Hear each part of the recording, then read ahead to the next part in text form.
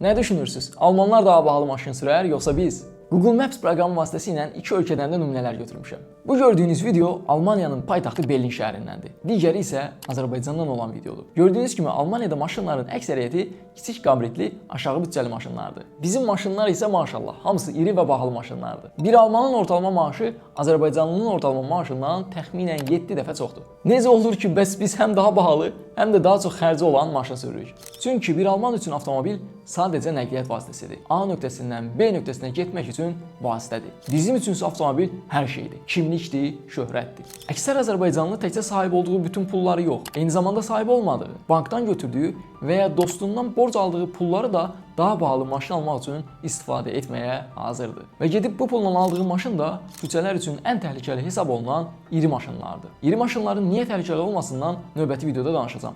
Qaçırmamaq üçün səhifəni izləyə bilərsiniz. Bəlkə də iri maşınların niyə təhlükəli olmasını başa düşmək sabah birisi gün sizi yanlış edilən bir seçimdən və ya bir qəzadan xilas edə bilər. Düşünürəm ki, gənclər maşınla bağlı iki cəbhədə mübarizə aparmalıdır. Birincisi ətrafdan olan sosial təzyiqlərə qarşı.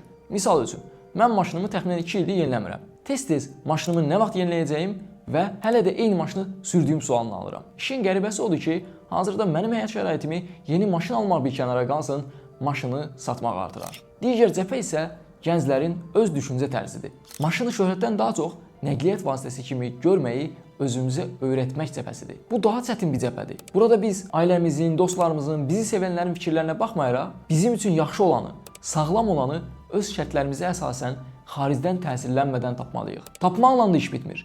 Davamlı təzyiqə tab gətirməliyik. Səhifəmdə və YouTube kanalımda bu və buna bənzər mövzulardan videolar paylaşıram. YouTube kanalımda hətta gənclər niyə maşın almamalıdır adlı ayrıca bir video da var. Bioqrafiya hissəsindən YouTube kanalıma keçid edib videoya baxa bilərsiniz. Səhifəmdə həm şəxsi irfanız, həm də ictimai irfanız üçün maarifləndirici videolar paylaşıram. Videonu bəyənərək, yaddaşda saxlayaraq və dostlarınızla repost və ya story vasitəsilə paylaşaraq ətrafınızda ictimai rifah fərqindəliyi yaratmağıma siz də öz töhfənizi verə bilərsiniz. Sağ olun, sağlıqla qalın.